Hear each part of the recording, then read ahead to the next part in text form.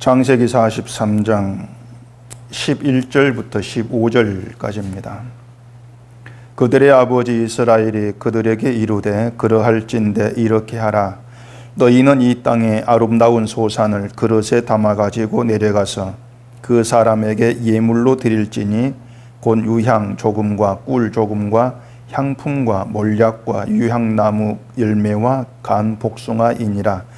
너희 손에 갑절의 돈을 가지고 너희 자루 아귀에 도로 넣어져 있던 그 돈을 다시 가지고 가라. 혹 잘못이 있었을까 두렵도다. 내 아우도 데리고 떠나 다시 그 사람에게로 가라. 전능하신 하나님께서 그 사람 앞에서 너희에게 은혜를 베푸사 그 사람으로 너희 다른 형제와 베냐민을 돌려보내게 하시기를 원하노라. 내가 자식을 잃게 되면 이르리로다. 그 형제들이 예물을 마련하고 갑절의 돈을 자기들의 손에 가지고 베냐민을 데리고 애굽에 내려가서 요셉 앞에 서니라. 아멘. 기도하겠습니다. 하나님 아버지, 이 시간도 저희들을 말씀 앞에 나오게 하심을 감사합니다. 말씀이 있어서 우리가 이 땅을 살아가면서 하나님의 일하심, 그 뜻이 어떤 것인가를 또한 배우게 되어집니다. 오늘도 이 말씀 안에서 우리를 붙드시며 간섭하신 하나님의 그 뜻, 그 의도가 어떤 것인가를 깨달아 알게 하시고 살아계신 하나님께서 우리에게 함께하고 동행하시는 오직 그 길에서 우리의 믿음이 온전히 하나님을 향해 갈 수 있도록 도와주시옵소서. 예수님 이름으로 기도합니다. 아멘. 성경에 보면은 자유라는 말이 많이 나옵니다. 여러분이 가장 많이 알고 있다고 할 수 있는 진리를 알지니 진리가 너희를 자유롭게 하리라.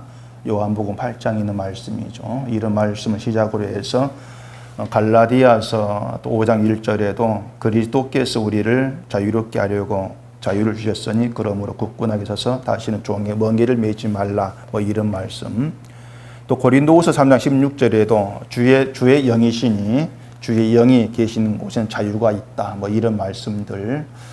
이처럼 이 성경은 그 진리, 복음, 또 주께서 이 땅에 오신 이유, 이 모든 걸 자유와 연결해서 말씀한 부분이 많이 있습니다. 이외에도 자유에 대한 구절은 많이 있는데 한마디로 말해서 진리가 우리를 자유케 한다, 그런 뜻이겠죠. 이 말은 결국 예수님을 믿고 또 예수님을 아는 신자는 자유하게 된 사람이다, 이런 의미가 되는 겁니다. 따라서 우리가 진리를 알고 또 예수님을 믿는다고 얘기할 때에 먼저 생각해야 되는 것은 나는 그러면 자유하고 있느냐, 그 문제예요. 난 자유하고 있느냐. 그런데 또 내가 자유하고 있는가, 이걸 우리가 이제 생각하기 전에 먼저 전제가 돼야 되는 게 뭐냐면은 자유가 뭐냐는 거죠. 신자의 자유, 그 자유의 상태, 이게 뭐냐는 걸 아는 겁니다. 자유가 무엇인지를 알지 못한 상태에서 아무리 난 자유가 있는가 생각을 하고 또 생각해도 그 자유의 상태를 모르니까 내가 자유하고 있는지를 바르게 알 수가 없는 거죠. 그래, 자유가 뭔지를 우리가 좀 생각해 본다면은 일단 자유라는 말은 뭔가의 매인 상태에 있는 사람에게 해당되는 말입니다. 뭔가에 붙들려 있죠, 매여 있죠, 갇혀 있죠. 그런 상태인 사람들에게 자유, 그 말이 해당이 되는 거예요. 그렇다면 자유라고 하는 것은 뭔가에 매여 있는 그 상태에서 벗어나게 되어지는 거, 일단 그렇게 우리가 이해해 볼 수가 있습니다. 그래서 예수님이 우리를 자유케 하려고, 자유하게 하려고 오셨다면 그것은 인간을 뭔가에 매여 사는 존재로 보신다, 이런 의미가 된단 말입니다. 너희는 뭔가에 매여 있어, 붙들려 있어. 그런 너희를 내가 자유하게 하려고, 자유를 주려고 내가 왔다, 이런 의미가 되어지는 거죠. 사람이 뭔가에 매여 산다는 것은 굳이 말씀드리지 아니해도 그 의미를 아실 거예요. 가장 크게 얘기할 수 있는 것은 사람이 매여 있는, 정말 벗어날 수 없는, 그게 뭐냐면 자기 자신에게 매여 있는 겁니다. 이것만큼 우리가 죽었다 깨나도 벗어날 수가 없어요. 내 자신에게 매여 사는 거죠.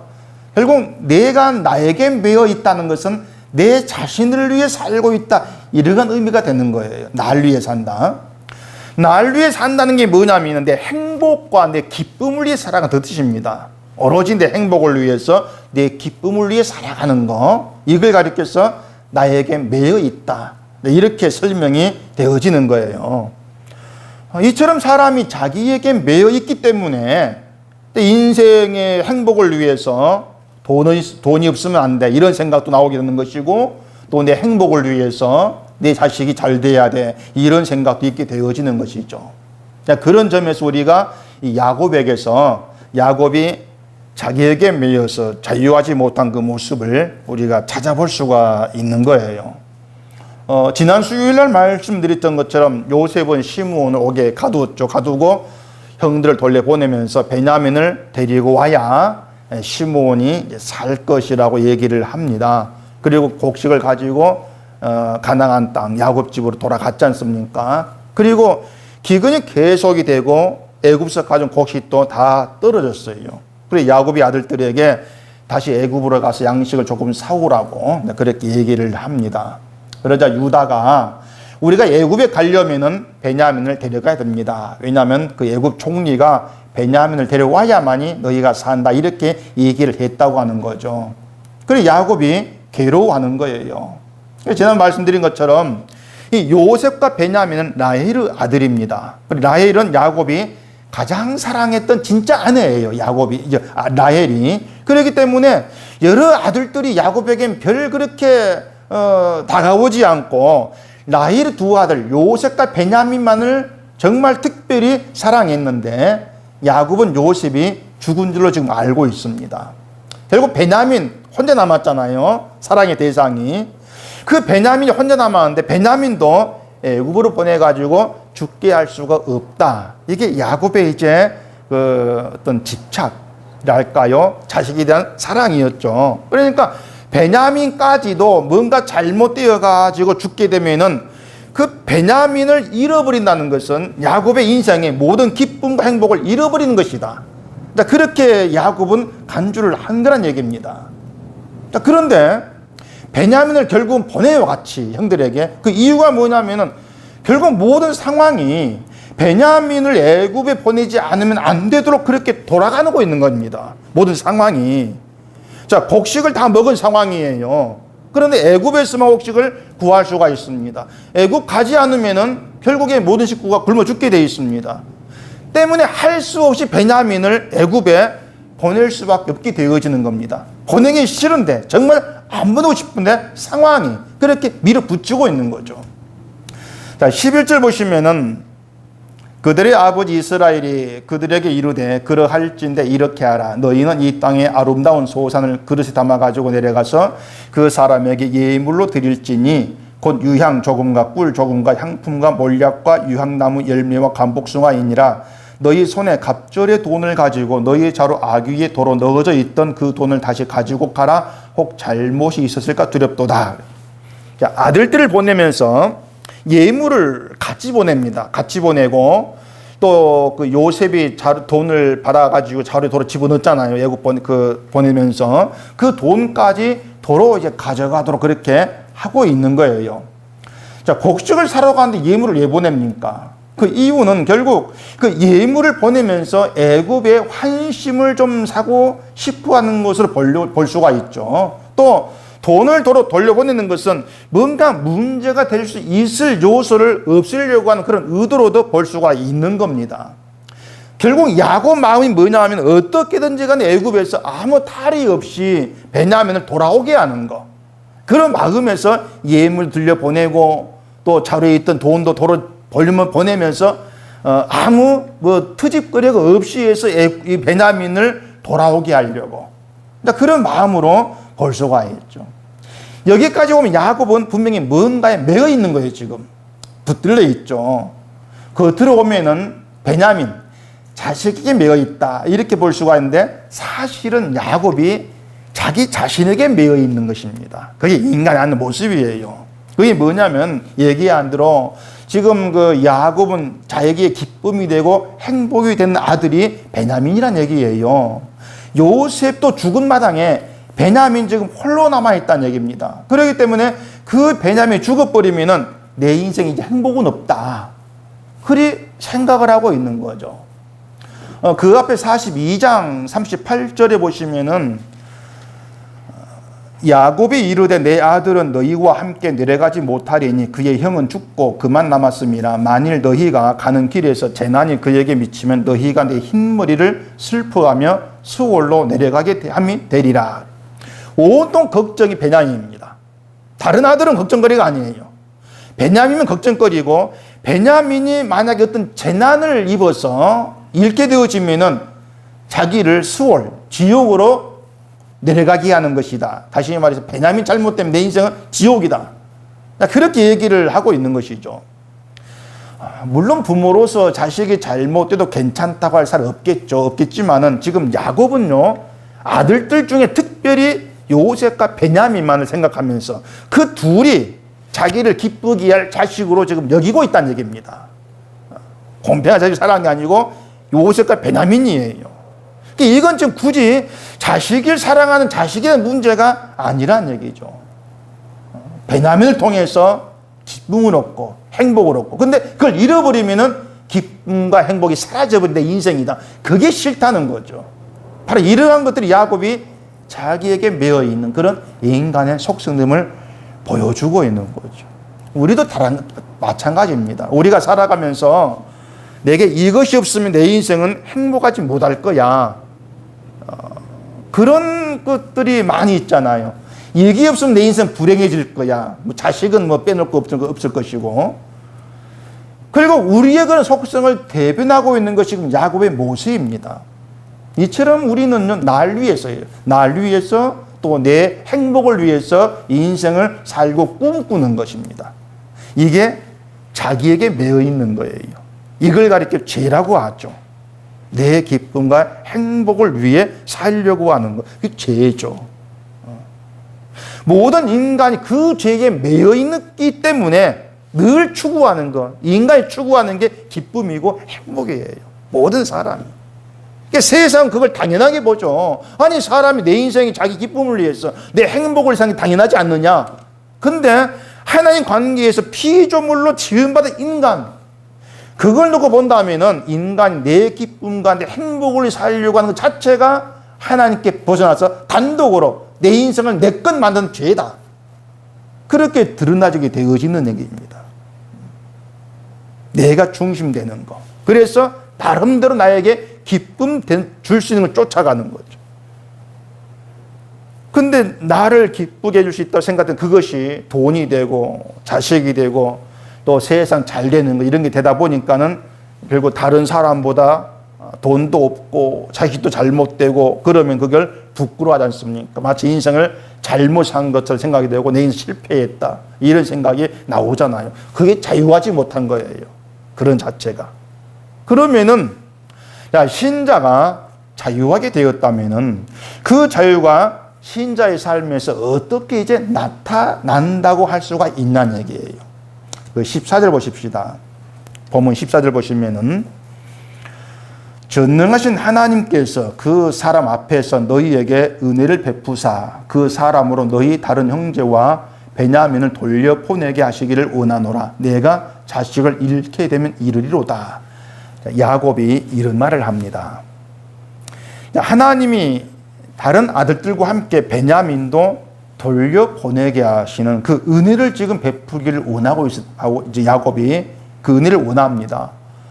그건 부모로 당연한 심정이지 않겠습니까? 그런 뒤에 보면은 내가 자식을 잃게 되면 이르리로다, 이런 말을 덧붙이고 있다는 얘기예요. 이것은요, 뭐 베냐민 죽으면 죽고 살면 살고 하나님 알아하시겠지, 그런 심정으로 말하는 게 아닙니다. 죽으면 죽고 살면 살고 뭐 하나님 알아서 하시겠지, 이게 겉으로 보면 하나님께 맡기는 신앙처럼 보이는데 사실 그건 자포자기하는 거예요. 그게 신앙이 아니에요. 뭐 하나님 알아하시겠지, 그런 말을 많이들 하잖아요. 그 신앙이 아니란 얘기입니다. 야곱이 이렇게 되면 이르리로다 이렇게 얘기하고 있는 것은 그런 자포자기하는 거, 하나님 알아하시겠죠, 알아하세요, 뭐 이런 심정이 아니고 모든 상황이 하나님의 작정하심 안에 있다, 이걸 본 것이죠. 모든 상황이 하나님의 작정 안에 있어, 이걸 깨달았기 때문에 죽고 살고 그것도 하나님께 달린 문제, 하나님의 작정, 그걸 알게 된 거예요. 모든 상황을 통해서. 그게 자유란 얘기입니다. 모든 상황은 하나님의 작정으로 되어집니다. 그래서 신자가 자유한다고 하는 것은요, 내 마음대로 살아간다 이런 개념이 아니에요.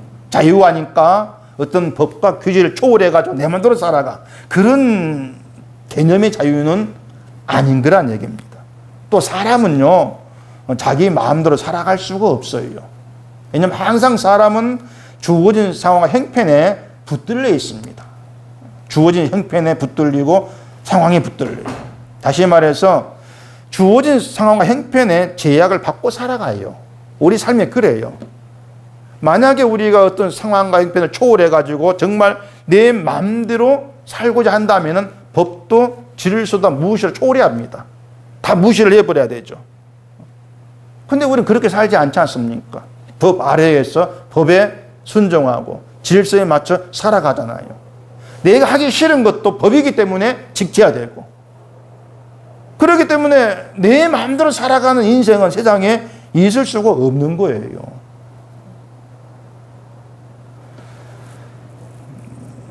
자유가 하나님의 작정하심을 아는 거라, 작정하신 가운데 사는 거라고 말씀을 드렸는데, 하나님의 작정하심, 이걸 모르는 사람은 아마 없을 거예요.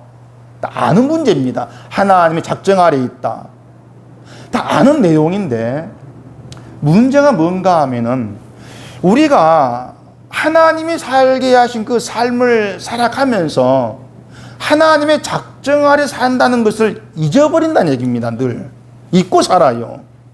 그 증거가 뭔가 하면은 하나님의 작정을 얘기하면서 늘 내가 원한 삶을 늘 기대한다는 얘기입니다. 내가 원하는 거. 그리고 내 원한 대로 안 되면은 실망을 하죠. 주저앉죠. 내 미리 뭔가 문제가 있어 하나님이 내 손 안 들어주는가? 그렇게 나가지 않습니까? 야곱이 원하는 것은 아들들과 베냐민이 아무 탈 없이 다시 돌아오는 것이었습니다. 그런 은혜를 베풀어 달라 이렇게 얘기를 해요. 그런데 자기가 원하는 것과 상관없이 모든 일은 하나님의 작정 안에 있다, 이걸 야곱이 알았기 때문에 이르면 이르리이다, 그런 고백을 하게 되는 거예요. 그게 뭔가 하면은 이제 자식에 매이지 않는 거죠. 나한테 매이지 않고 하나님께 매이게 된 거예요. 그걸 자유라 그래요. 하나님께 매이게 되어지는 거. 결국에 모든 상황을 놓고 보면은 야곱으로 하여금 요셉을 잃게 하시고 또 기근이 들게 하시고, 그런 모든 일을 통해서 야곱에게 하나님의 작정하심이라는 것을 배우게 하는 겁니다. 깨닫게 하는 거예요. 그게 하나님의 일하심이고, 이것이 하나님이 자기 백성을 다루어 가시는 방식이에요. 그걸 우리가 놓치면 안 되는 거예요. 우리의 삶에서. 하나님은 자기 백성이 하나님이 누구신가를 배우고 알아가게 하십니다. 그런데 그 방식이요, 학교에 선생님이 학생을 앉혀놓고 칠판 글 쓰면서 말하고 가르치는 것으로 안 하는 겁니다. 그게 다가 아니에요. 말씀을 듣고 알게 된 것을 삶에서 배우게 하시고 확인하게 하시는 겁니다. 삶을 통해서. 때문에 하나님은 자기 백성으로 부르시고 택하신 사람에 대해서는 철저하게 간섭하시고 다루고 가시는 겁니다. 모든 상황이라고 하는 것도 그 신자로 하여금, 자기 백성으로 하여금 하나님을 배우고 알아가는 쪽으로 몰아가는 거예요. 그게 하나님의 뜻이에요. 하나님이 그렇게 하실 수밖에 없는 것은 사람이라고 하는 것이 듣고 배워서 머리에 담아둔 것을 가지고 내가 스스로 알아서 하나님 믿고 하나님 의도를 따라서 신앙의 길로 갈 수 있는 그런 사람들이 아니기 때문에 그런 겁니다. 아무리 듣고 내 머리에 성경 복음을 가득 채웠다 할지라도 내가 스스로 알아가지고 그 배움을 가지고 믿음으로 가는 그런 사람이 못 되는 겁니다. 절대 못 됩니다. 그렇기 때문에 결국 우리의 삶의 하나님이 간섭하면서 모든 상황을 그걸 확인하는 쪽으로, 아 그렇구나 인정할 수밖에 없는 쪽으로 몰아가는 거죠. 그게 하나님이 일하심이 다루시는 방식이고, 아브람도 보면은 하나님 일방적으로 아브람 고향에서 끌어내가지고 약속 주시고 약속을 신뢰한 사람으로 만들어 갑니다. 하나님이 처음부터 이 아브람이 약속을 신뢰한 사람 나온 건 아니잖아요. 하나님께서 만들어 가시는 거예요. 그래 아브람 인생은 아브람 알아서 이리저리 척척 가는 것이 아니고 하나님이 끌고 다닌 인생이었습니다. 끌어갔죠. 그게 하나님의 약속 안에 들어오게 된 아브람 인생이었습니다. 그런데 그런 과정을 통해서 아브람 알게 된 것은 하나님의 약속 아래 있다는 것은 곧 하나님에게서 벗어날 수가 없는 것이라는 것, 이걸 알았고 그게 구원이다. 그 사실을 깨닫게 되어진 것이죠. 그래 구원이라는 건 딴 게 아니에요. 내가 하나님 손에서 벗어날 수가 없다. 이걸 알게 되었을 때 그것이 구원의 기쁨으로 다가오는 겁니다. 하나님이 우리를 포기하지 않으시는 분이고 우린 그 손에서 벗어날 수가 없는 존재이고, 그렇다면 하나님이 나를 붙들고 계신다. 이끌어 가신 자체가 구원이죠. 그게 기쁨으로 다가오게 되어지는 것이죠. 이처럼 아브라함은 하나님이 누구신가 하는 것을 자기 삶에서 배우고 깨닫고 알아가게 된 겁니다. 하나님의 일하심으로 인해서. 그리고 하나님을 알게 되고 또 하나님의 약속과 작정 안에 내 모든 삶이 다 들어있다는 거, 이걸 알게 되었을 때에 이삭을 바치게 된 거예요. 그렇게 하나님이 만들어내신 거죠. 야곱은 또 어떻습니까? 야곱이 애굽으로 가서 바로 앞에 섰을 때에 130년 자기 인생을 나그네의 세월 이렇게 표현합니다. 그리고 또 험악한 세월, 이렇게 험악한 세월이다. 험악한 세월은 단지 고생 많이 했다 이러한 뜻이 아니에요. 하나님이 자기를 그만큼 호되게 다루었다, 혹독하게 다루었다, 이런 의미입니다. 그런데 하나님이 자기 백성을 이렇게 호되게 정말 아프게 다루신다는 게 하나님의 사랑이죠. 그렇게 다루지 아니하면은 야곱은 하나님을 붙들고 하나님께 끌려간 존재가 못 되었을 것 때문에 그런 것입니다. 그래 하나님은 자기 백성을 온실의 화초처럼 다루지를 않습니다. 귀한 존재이지만은 화초같이 모셔놓고 물 주고 잘 커라 이렇게 하신 분이 아니에요.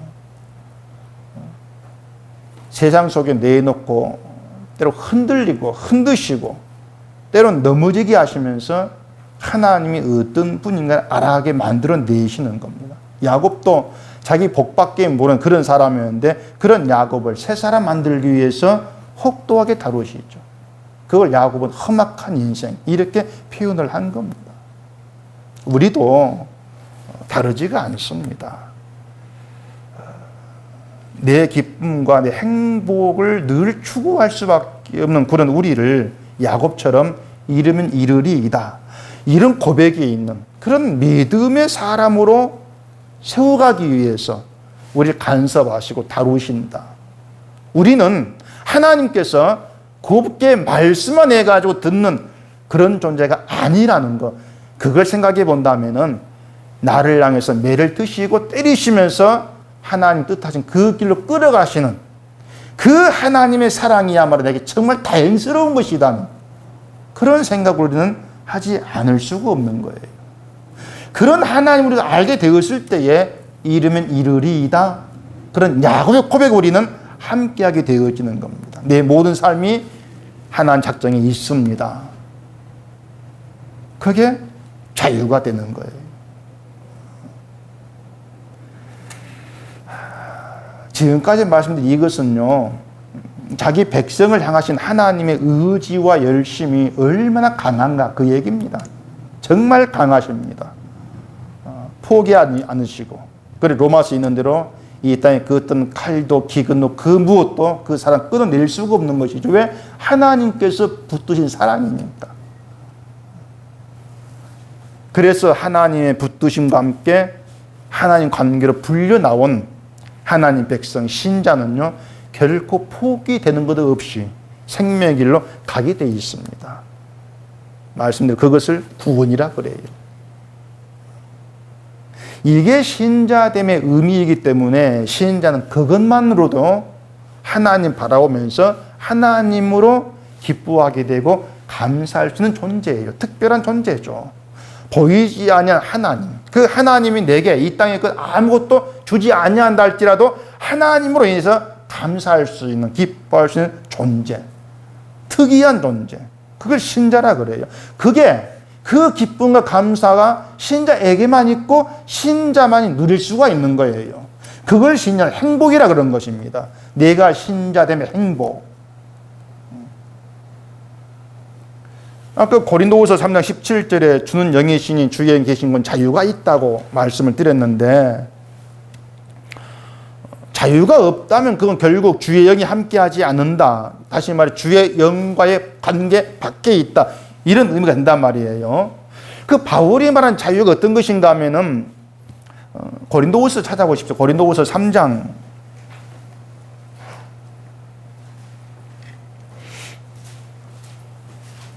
4절, 5절 보시면요. 우리가 그리스도로 말미암아 하나님을 향하여 이 같은 확신이 있으니 우리가 무슨 일이든지 우리에게서 난 것 같이 스스로 만족할 것이 아니니 우리에게 만족은 오직 하나님으로부터 나느니라. 자, 우리에게 만족은 오직 하나님으로부터 난다. 그게 자유예요. 만족이 하나님으로부터 난다. 세상 것으로 내 스스로 만족을 누리려고 하지 말고 만족은 하나님께로부터 난다. 거기에 우리 마음을 두게 하는 거죠. 그러니까 만족이 하나님으로부터 난다는 걸 알고 그 만족이 있는 상태라면은 세상이 내 만족이 안 된다. 이건 알 것 아닙니까? 그건 알겠죠. 세상이 만족이 안 된다는 걸 안다면은 이 땅의 것이 내게 얼마가 있든 없든 상관없이 설사 내게 원한 만큼 주어지지 아니해도 그 모든 것을 하나님의 작정에 맡길 수 있지 않겠냐 그 말입니다. 5이 있든 10이 있든 그건 하나님의 작정하심, 하나님의 뜻대로 내게 주어진 것 그냥 그것 상관없는 게 내 만족은 하나님으로 나니까 이 땅의 것이 남들보다 적다 할지라도 그게 아무 상관이 없는 상태, 그게 자유란 얘기예요. 야곱이 베냐민이 무사히 돌아오기는 은혜를 베풀기를 원했던 것처럼 우리에게도 비록 세상 일이 내가 원하는 대로 되기를 바라는 마음은 있습니다. 늘 그렇잖아요. 이 땅 일이 내 뜻대로 되었으면. 근데 결론은 하나님 작정대로다. 늘 결론 그렇게 나갈 수밖에 없는 거예요. 작정대로야. 그렇기 때문에 내가 원하는 대로 되지 아니한다 할지라도 실망하지는 않는다는 얘기입니다. 그게 당연한 거지. 그게 자유의 상태란 얘기예요. 그럼 만족이 하나님으로부터 난다는 그 의미가 뭔가 하면은요, 우리가 율법대로 하면은 죽어야 될 존재입니다. 고린도서 3장 말씀대로. 근데 하나님이 예수를 보내시고 그 예수로 말미암아 피 흘려 죽게 하심으로 인해서 예수 그리스도 안에서 우리를 거룩한 백성이 되게 했지 않습니까? 그리고 성령을 보내심으로 우리를 예수 그리스도 안에 있게 하시잖아요. 때문에 우리에게 주의 영이 함께 하심을 우리는 거룩한 백성으로 심판이 없는 영광의 나라에 속한 신분으로 이 땅에 존재하고 있는 겁니다. 그게 성령이 함께하고 있다 그 의미예요. 영광에 속한 신분으로 이 땅에 존재한다. 그 모든 걸 알게 되었기 때문에 만족이 하나님으로부터 나게 되어지는 겁니다. 따라서 난 하나님으로 말미암아 산 자가 되었습니다. 이게 자유가 되는 거예요. 하나님으로 말미암아 산 자가 되었다는 것은 말씀드린 대로 교회에 설교 조금만 들으면 아는 문제입니다. 근데 그게 삶의 상태가 돼야 돼요. 우리에게서. 삶의 상태가 돼야죠.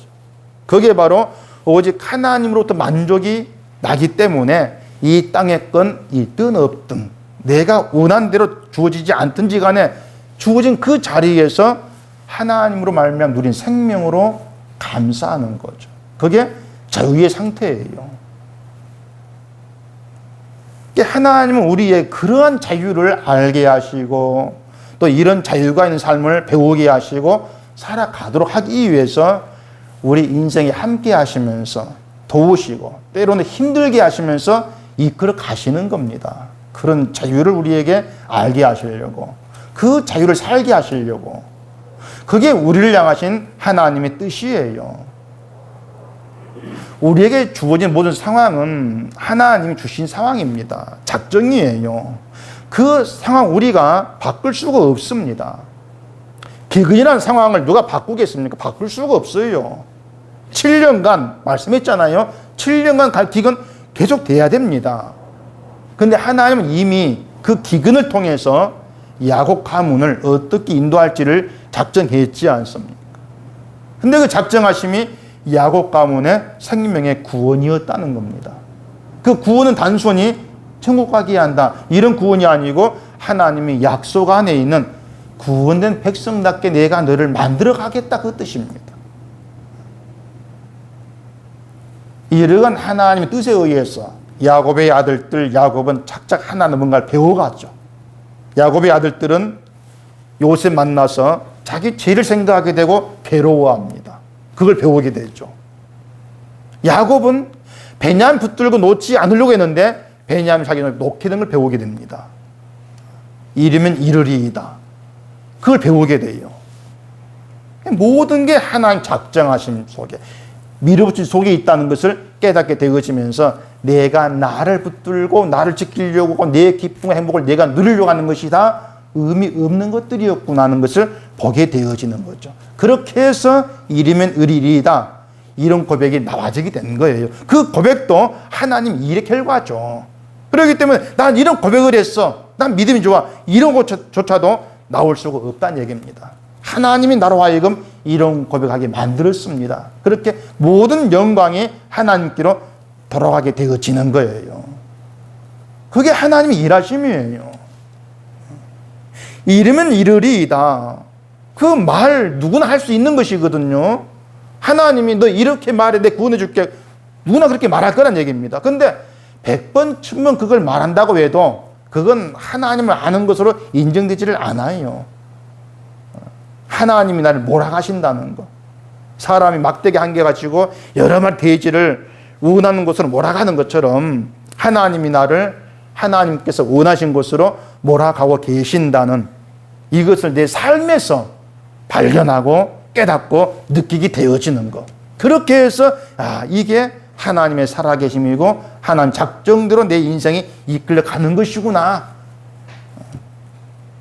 그게 우리의 삶에 확실히 남게 되어지면서 그 하나님을 의지하게 되어지는 거죠. 물론 그런 고백을 우리가 진심이라 할지라도 한 번 했다고 해서 그걸로 완성된 건 아니잖아요. 또 다른 상황이 닥치게 되면은 또 망각을 하고 또 원망이 나오고 내가 원한 길을 또 바라보고 이렇게 나오지 않습니까? 그렇기 때문에 하나님은 한순간도 우리를 놓을 수가 없는 거예요. 놓칠 수가 없는 거죠. 꼭 붙잡고 끌어가시는 거예요. 근데 그게 진짜 복이에요. 그것이. 그게 구원인 것이고. 우리는 그런 하나님 일하심으로 인해서 생명이 가능하게 되어진 겁니다. 그래서 그 하나님으로 인해서 감사하죠. 그것이 오직 만족은 하나님으로 난다. 그런 의미가 되는 것이고 그게 자유의 삶이 되는 거죠. 근데 신자는요, 어떤 상황에서도 주를 바라보기를 힘쓰면 되는 겁니다. 왜냐하면 우리로 하여금 주를 바라보게 하시려고 주신 상황이니까 뭐 형편이 그렇게 하시면 되는 거예요. 이르면 이르리이다. 뭐 이 얘기와 비슷한 말이 죽으면 죽으리이다. 그런 말이 있지 않습니까?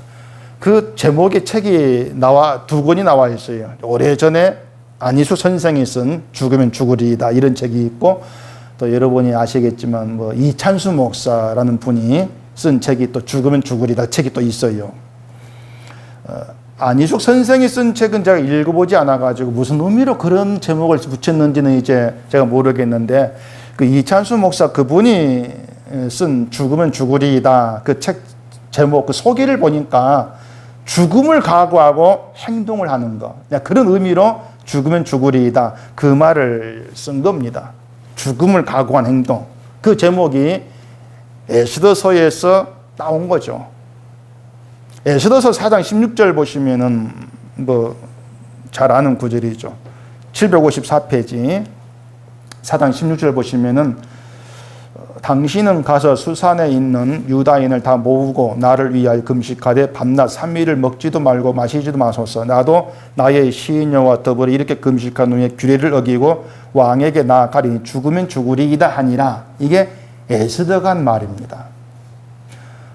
왕후는 왕의 명령 없이 왕 앞에 나갈 수가 없어요. 그 규례입니다. 그 규례를 어기고 자기 멋대로 왕에게 나아가면 죽게 되어 있습니다. 근데 유대 민족을 살리기 위해서 하만의 계획을 죽게 민족 못 살리겠는데 그 민족을 살리기 위해서 규례를 어기고 왕에게 나아가겠다. 그러면서 죽으면 죽으리이다. 이 말을 한 거예요. 그게 죽음을 각오하고 내가 규례를 어기면서 나가 죽는다 할지라도 유대인을 위해서 왕에게 청을 하겠다. 그런 식으로 해석들을 많이 합니다. 에스더가 죽음을 각오했다. 근데 제가 볼 때는 죽음을 각오해서 그런 밖에 말한 게 아니에요. 에스더는요, 죽는다면 그것도 하나님이 준 상황이니까 그대로 받겠다는 얘기죠. 모든 걸 하나님의 상황으로 받아들이는 거예요. 다시 말해서 내가 규례를 어기고 왕에게 나아갈 때 죽게 하든 살게 하든 이건 하나님의 작정에 달렸습니다. 그리고 에스더는 하나님 믿으니까 두려움 없이 나가는 거죠. 하나님께 작정이니까. 그걸 자유라고 하는 거예요. 두려움이 없다는 거. 염려가 없고 불안이 없고 내가 나가 죽으면 어떡하지? 이런 게 아니란 얘기죠. 그러니까 그런 자유가 믿음으로 말미암아 우리 삶에 가능하게 만들어내시는 것이 하나님의 일하심이란 말입니다. 우리가 살아가면서 참 믿음을 얘기하고 예수를 말하지만 그런 자유가 우리에게 나타나야 돼요. 그게 정말 믿음의 어떤 역사고 하나님을 아는 것이라고 이렇게 할 수가 있는 것이죠. 하나님 작정 아래 우리가 있고 모든 상황이 우리의 생명의 구원을 위해서 하나님께서 몰아가시는 상황이다. 이렇게 믿어진다면은 그 하나님만을 바라보고 또 하나님으로 말미암아 주어진 생명으로 인해서 만족이 하나님께로부터 난다. 이 말씀들이 우리 삶에서 그대로 드러나치면서 정말 하나님 때문에 자유가 있는 그런 삶을 배워가시고 또 알아가시면서 그 자유 때문에 두려움이 없는 그런 인생이 되어지기를 바랍니다. 기도하겠습니다. 우리 아버지 하나님, 자기에게 매여 있고 또 자식에게 매여 있던 야곱이 이르면 이르리이다 이런 고백을 하게 되어집니다. 이 모든 것이 상황을 그런 고백에 나올 수밖에 없는 길로 이끌어 가신 하나님 일의 결과임을 우리가 또한 깨닫게 되어집니다. 그처럼 우리의 모든 상황도 하나님이 그런 믿음의 삶으로 또 그렇게 하나님의 일하심을 배우게 아는 그런 길로 이끌어 가신다는 것을 이 시간 깊이 깨달아 알게 하시고 그 믿음 안에서 주어진 어떤 상황 형편 속에서 두려워하지 아니하고 모든 게 하나님 작정 아래에 있다는 그 믿음 안에서 담대하게 늘 주만 바라보고 나아가는 그런 자유가 있는 그런 저희가 되어지게 해주시옵소서. 예수님 이름으로 기도합니다. 아멘.